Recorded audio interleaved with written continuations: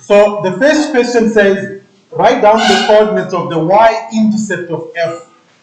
Now this one is very straightforward. If it says coordinates, please take note here. It's saying write down the coordinates. It means you must write an x value and a corresponding what? Y value. Okay?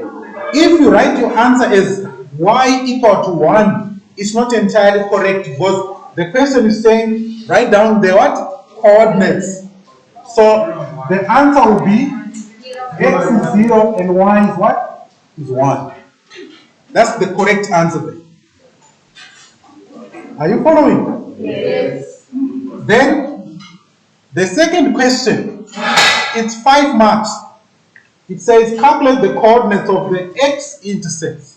Now this question is saying calculate, so you can't use a calculator. For this question here, you can't use a calculator. The calculator can give you the 3 answers, but for this question here, if you use the calculator, you won't get full marks. So what you do here, you go back to cubic equations, right? Remember, I taught you cubic equations, the factor theorem, and so on. So because of space here, I don't have space, so let me move on to a new page. All right? So my function, this is 9.2. It's f of x equal to x cubed minus x squared minus x plus 1. Remember, I'm going to remind you, if you want to determine the x-intercepts, you have to equate the polynomial to 0. Okay? You have to equate the polynomial to what? 0. To 0. Now, I can factorize this, but most learners will have a challenge to do that. Right? So my suggestion is, use the factor theorem. Okay? Use the what? The factor theorem. But it can be factorized. Okay? If I decide to factorize it, right? If I decide to factorize it, I don't want to confuse anyone. So the first thing, I'll use factor theorem. I'll start to say f1. Remember, when you use factor theorem, you start doing trial and error. Remember that. You substitute x equal to 1. If you don't get 0, you substitute x equal to minus 1. If you don't get 0, you do x equal to minus 2. And so on. Alright. Okay. Let me carry on. Just allow me to carry on. So if I put 1 there, I'll have 1 cubed minus 1 squared minus 1 plus 1. Fortunately, the factor theorem, it's a trial and error method to get the first factor. Okay? You can use what? The factor theorem to determine the first factor. I taught you that before the June control test. So here you get 1 minus 1, which is 0, minus 1 plus 1, that also gives you what? 0.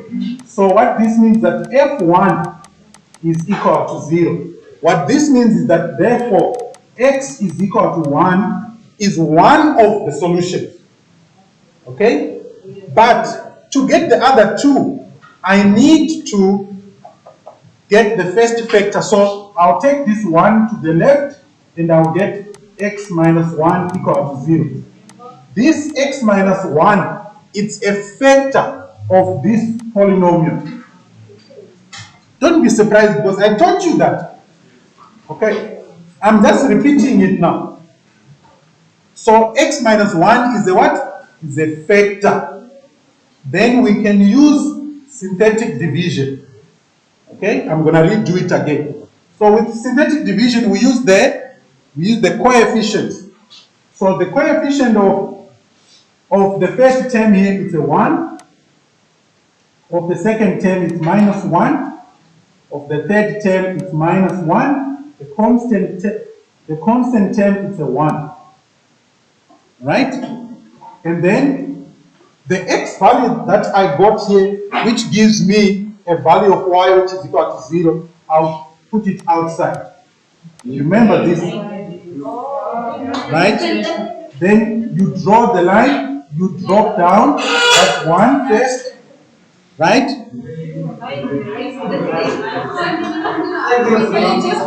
Okay, can you wait? Can you wait? Listen. Okay, it is in your favor to know more than one method. The main reason, listen, the main reason why you have to know more than one method is because some questions may not be done or be solved by the method you want me to what? To use. Do you understand? Yes. So if you only know one method and you see a question which does not require it, then you'll be stuck. You won't be able to do it. Okay? So allow me to carry on here. So I've identified my coefficient together with the constant. Okay? Then, so 1 times 1 gives me what? 1. Then, the next thing now is, once you get this 1 here, you multiply this 1 by this 1, you get 1. Right? You know what? It's very sad that some of you behave like Mr. Chiponda didn't cover this. You multiply this 1 here by that 1, you will get this 1. These 2 here will give you 1 times 1 is what? 1. It's 1.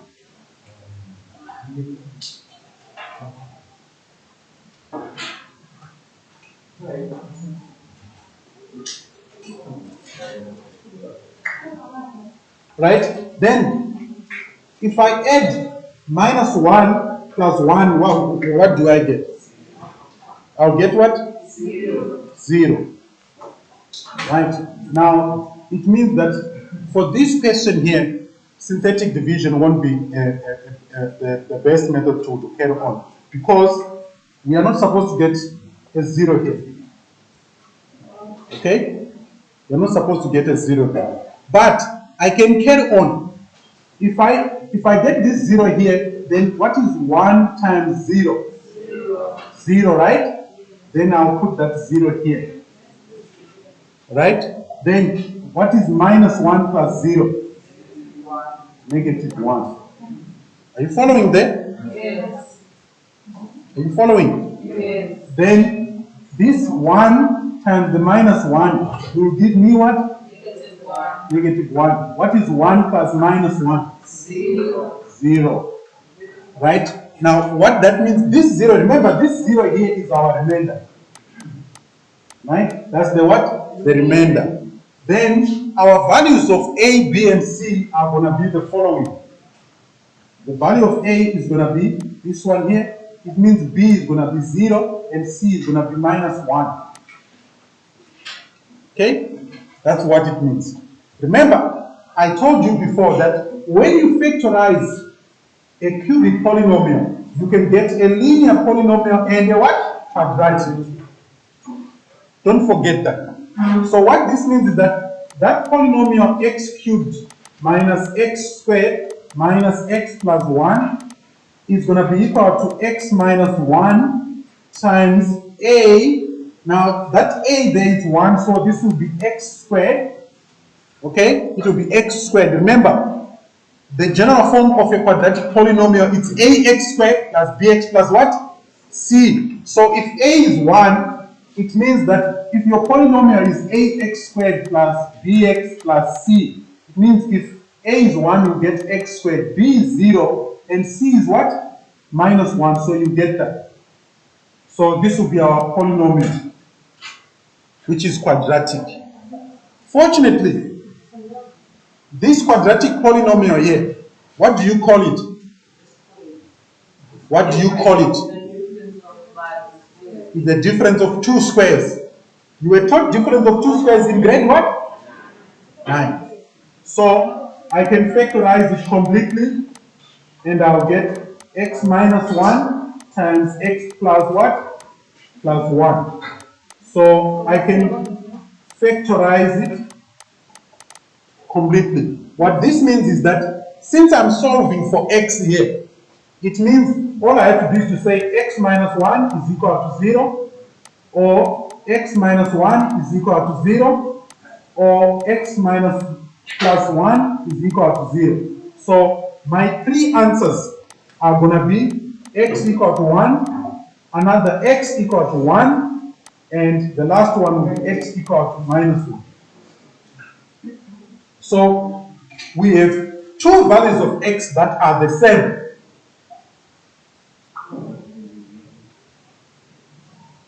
We have two values of x that are what? Are the same. And I told you what this means in the past. Right? I will come back to that later. So these will be our answers. So all this working out, you get what? 5 marks. The question is 5 marks.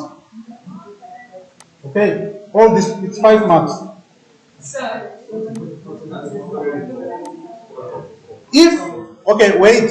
If you did not use synthetic division to get this quadratic polynomial, but you factorize directly from there, you also get your full 5 marks. Okay? So either way you get your, as long as you did not use a calculator.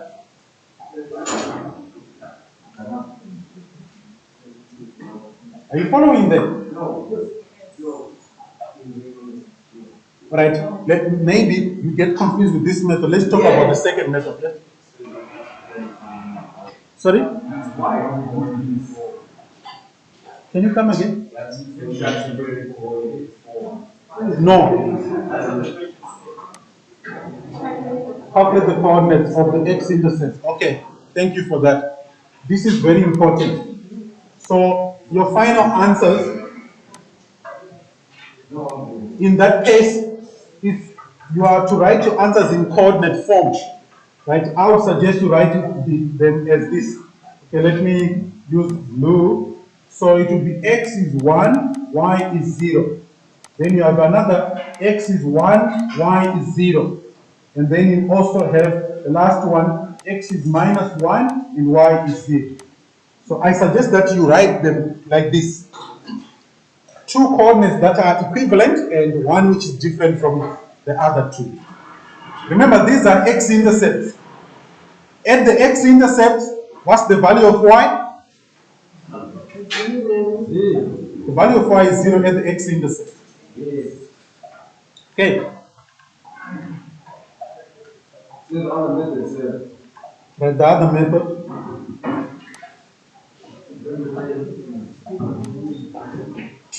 Right, I'll write it here as method 2. Right, consider this one as method 1. Okay, this will be method 1. Right, method 2, we can just factorize directly this polynomial. Right? But you have to factorize by grouping, and I taught you that as well. When you started polynomials at the beginning of calculus, so this will be x squared times, for the first two, your common factor is what? X squared. Then you have x here minus 1. Right? Once you create this binomial factor here, you must also create it here. Do you remember that? Yes. So this becomes minus, open bracket, x minus 1. Right? Remember, this minus here, it means there is a negative 1 here, which is invisible. Remember that. Then, I'm sure you can see that we have a common factor, x minus 1. Then we have this x squared minus 1. And this is the difference of two squares. So you end up having x minus 1 times x minus 1 times x plus 1. This is equal to f of x.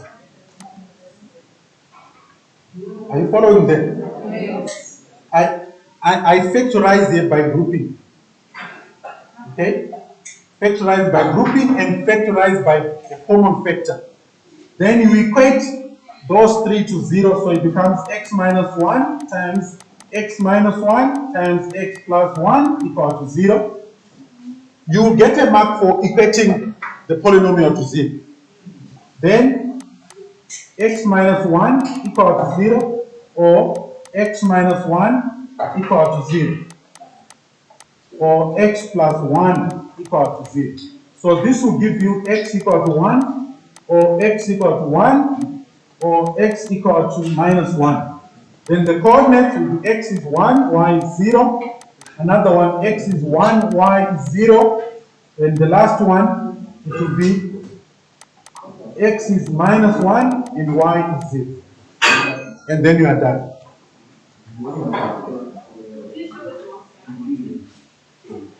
Okay, if I were to give a mark here, right? I'll give a mark for the factors. So, well, I'll give a mark here, the factors. And also for equating those factors to 0 or equating f of x to 0, then I'll give 1 mark. Well, I'll give 1 mark for these two and 1 mark there. Then for solving for x, I'll give 1 mark. So 1 mark for the.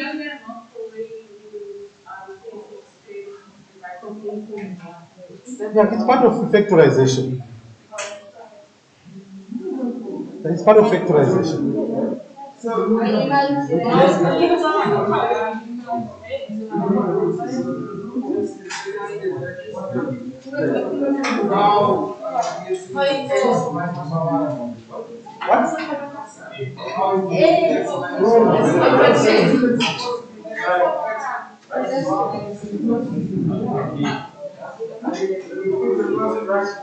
Okay, look here. Look here. Can I have your attention? Can I have your attention? Chawanga, there's nothing wrong here. I factorized correctly there by a difference of 2 squares. Then I equated each binomial to 0.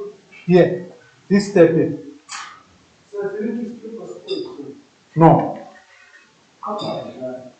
No. There's no step which was skipped.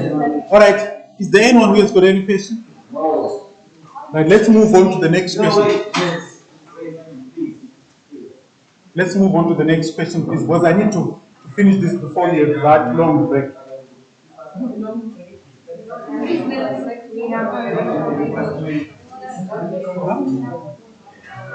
All right. Hey. Can I carry on? All right, listen. Can I have your attention? If your workbook is not up to date, then you need to update it. I'll send you the PDF. All right, let's go back to the other question. All right, calculate the coordinates of the turning point. You see that how many marks are there? 6. Right, so now 9.3, right? 9.3. Remember, to find the coordinates of the turning point, you have to find the first derivative. Remember that. So f of x is equal to x cubed minus x squared minus x plus 1. All right? At the back, can you pay attention? So find the first derivative. F prime of x will be equal to the coefficient of x cubed here. It's a what? 1. So 3 times 1 gives us what? 3. So you have 3 here, x. Then subtract 1 from here, you get what? Squared. Are you looking at the back? Then the coefficient here is minus 1. So 2 times minus 1. Hey. All right. Okay. Can you do me a favor? Because this part is very important. So exponent is a 2 times the coefficient is negative 1. 2 times minus 1 gives me minus 2x. Subtract 1 from there, you get 1. All right. Then the derivative of a variable is going to be minus 1. Okay? Because the exponent here it's a 1. 1 times minus 1 gives us what? Minus 1. Then if you subtract 1 from the exponent, you get x to the power of 0, which is what? 1. The derivative of a constant is what? 0. Alright, now pay attention carefully. Once you get here now, we want the values of the stationary point, that is, the coordinates of the stationary point. Okay? Which means we need to get x values, 2 of them, and what? Y values. Alright? So we equate the derivative to 0. So it will be 3x squared minus 2x minus 1 equal to 0. Now, don't stress too much. Use the quadratic formula here. Okay? Your quadratic formula is x equal to minus b plus or minus the square root of b squared minus 4ac all over 2a. Okay? That's your quadratic formula. Don't try to factorize. Okay? Don't try to factorize. Alright, so your a is 3. The b is minus 2. The constant c is minus 1. So when I substitute, I'll get x equal to minus 2. Please, this is very important because I've seen people making mistakes here. The quadratic formula has got its own negative, this one here. If the value of b is negative, it means eventually you're going to have a positive. Okay? So be aware of that. Plus, minus the square root of b, which is minus 2 squared. And if the value of b is negative, put it in brackets. If you don't put it in brackets, you get an incorrect answer. Right? Minus 4 times a, which is 3, times c, which is minus 1. All over 2 times 3. So if you simplify this, you end up getting x equal to 2 plus or minus the square root of, this is a 4 plus 12, which will give me 16 over 6. Okay? Can you pay attention? Are you following that? I'm using the quadratic formula. Then 4 plus 12 gives me 16. 16 is a perfect square. So let me move on to the next page. So eventually I'll get x equal to 2 plus or minus the square root of 16 over 6. That will be 2 plus or minus the square root of 4 over 6. Alright? Then I have to split this up to be 2 plus 4, which is 6. And the other one will be x equal to 2 minus 4 over 6. This one here, it will give me x equal to 1. The other one will give me x equal to positive, negative a third. Sir, you need to show what we're going to say for it. What? You need to show what we say. Okay. Up to here, it will be fine, but your calculator now will simplify it for you, maybe from here to there. From here to there. But you need to show this one. I'm not using a calculator, that I'm writing everything. But it's always better. Can you stop talking? Stop talking. It's always better to show all your working out. Okay? So I found my 2x values. This is very easy. It's grade 11, what I just did. Then let's find the y value. Remember, we are supposed to determine the coordinates of the turning points. Later, we have to sketch the graph. Right? So, f1. Okay? f1, it means 1 cubed minus 1 squared minus 1 plus 1. We got 0 for this. Remember, we had it already. Right? Then, let's find f of minus a third. F of minus a third, that will be minus a third cubed minus a third squared minus a third plus 1. right? That will give me minus 1 over 27, and that one will give me 1 over 9, which is negative, and I'll get minus 1 over 3 plus 1. Can someone simplify that for us? 14 over 27. You get what? 14 over 27. 14. Yes. So you get 14 over 27. So isn't that positive? Yes. Yes. No, it's not positive. Okay, wait. Right. I didn't have space there. So this is the negative. Yes, and there's a negative outside. I am aware of that. Okay, that's why when I wrote it, I put a minus in the minus. No, I think no. It says negative 1 over 3, which is function. Stop stressing.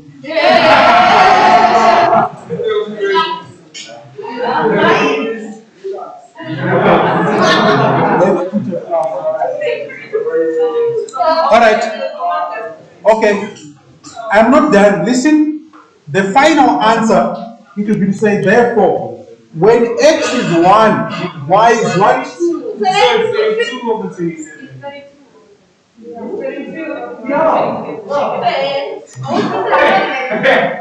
Okay. It's negative.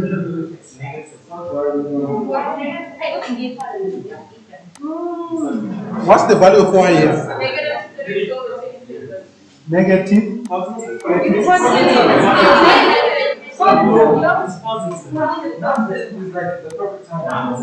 Okay, listen.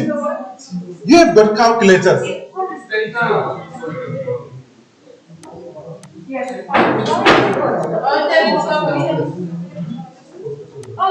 Alright. So the final answers, can I have your attention? Can I have your attention, please? The final answers will be x is, when x is 1, y is 0. And when x is minus a third, y is 32 over 27.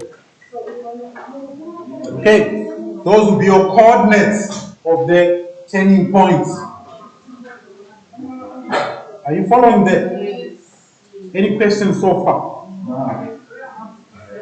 Because listen, you cannot answer a question on interpretation of a cubic graph without knowing how to sketch.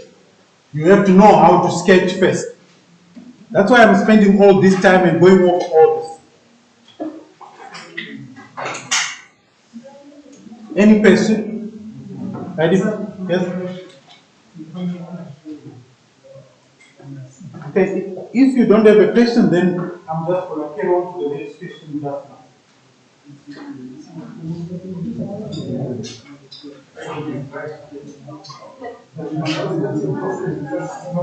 No, I don't know, please get the policy. So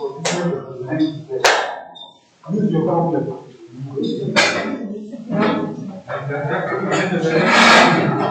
All right.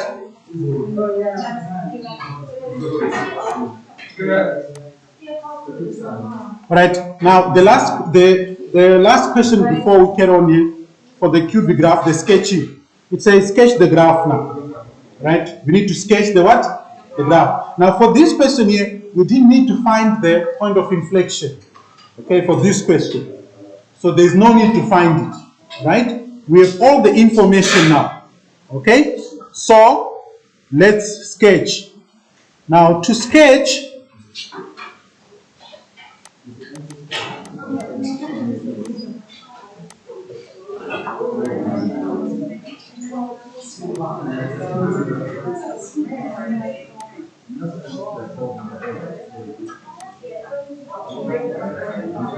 all right, how many x-intercepts do we have?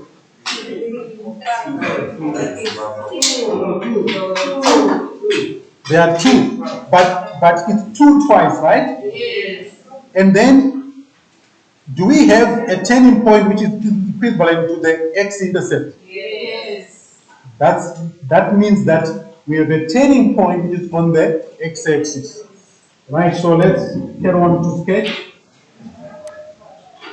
Right, let's plot now. Right, I'm going to calibrate first my axis. So I'll say this is -1, that's -2. Right, let me use a wider scale.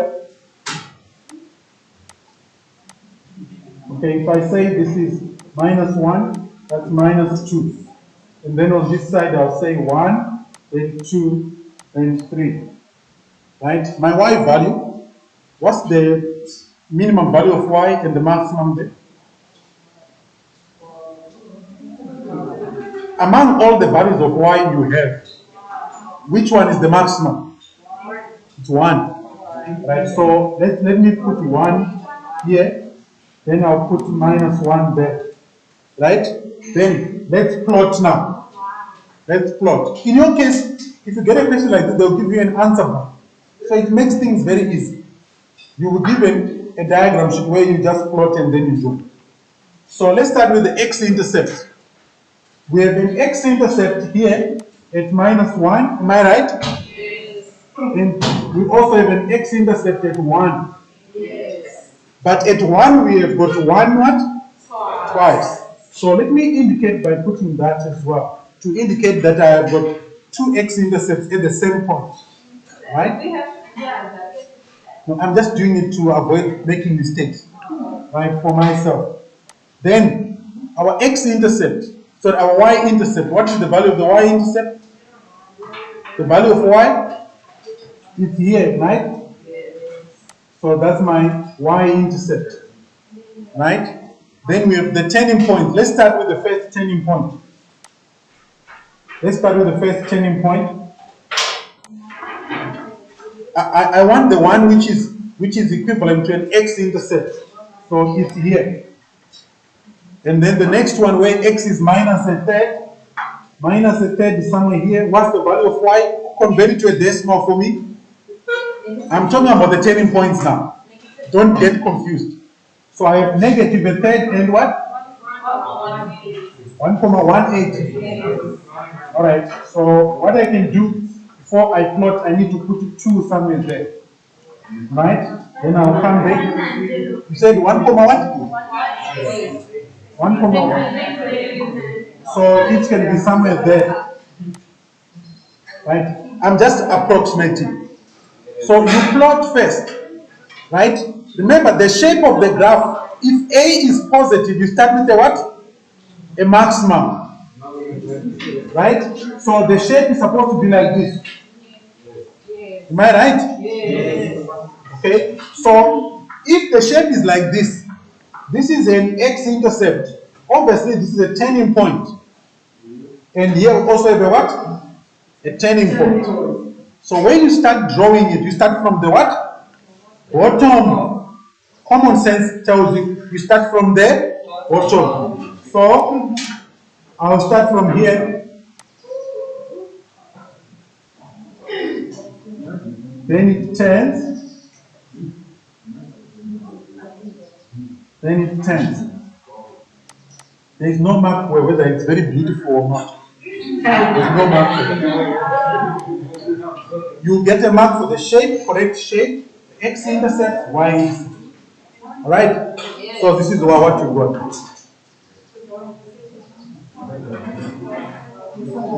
Alright. As an extra question, can I have your attention? Can I have your attention? Quickly, can you determine for me the value of x at the point of inflection? Quickly.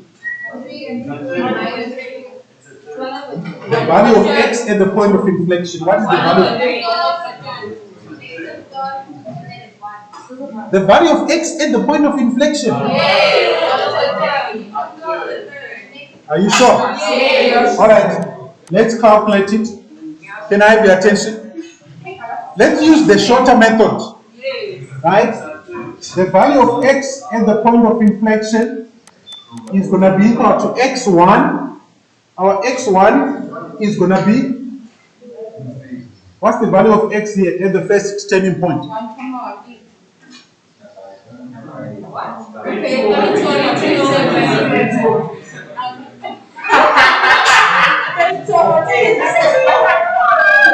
Hey, listen. what is the value of x at this turning point here? So that will be negative 1/3 plus, what is the value of x here? 1. Right? Then you divide that by 2. What answer do you get? So you get what? Third. Alright, listen now. Listen carefully. If I were to ask you a question, for what values of x is the graph concave up? What would be the answer?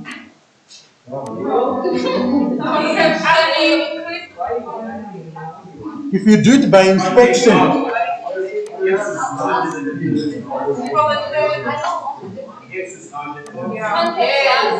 if it's concave up, listen, can I have your attention? Remember the graph here, to the right of the point of inflection, the graph is what? Smiling. Okay? Yeah. So the graph is concave up here. So x will be greater than a third. Alright? Can you pay attention, please? Stop turning your head around. Right? To the left of this point, here, the graph is what?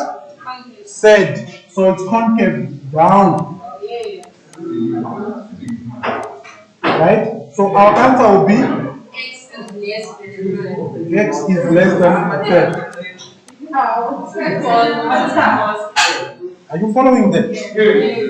Right. Then let's do the last question, then we take the break. Yes, there's the last question. Alright, the last question.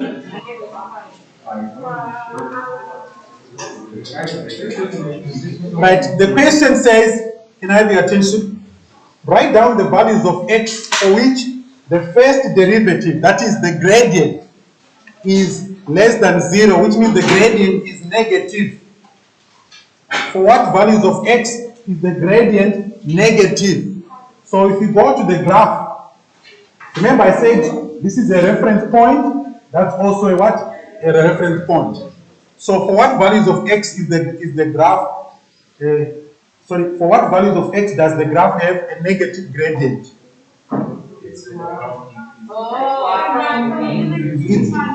It's between what and what? From negative to okay, from negative to Listen, can I have your attention?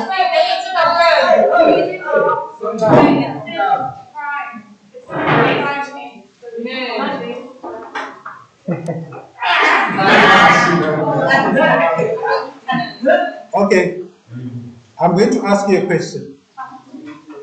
Who can remember when I told you about the derivative notation? Who can remember? Didn't I tell you this, that m is equal to f prime of x? It's equal to dy over dx. It's also equal to d of x. Yeah, so f prime of x means gradient. So for what values of x is the gradient negative? Yes. Yes, negative a third to 1. So your answer here will be negative a third is less than x is less than 1. That will be your answer there. Are you following? yes.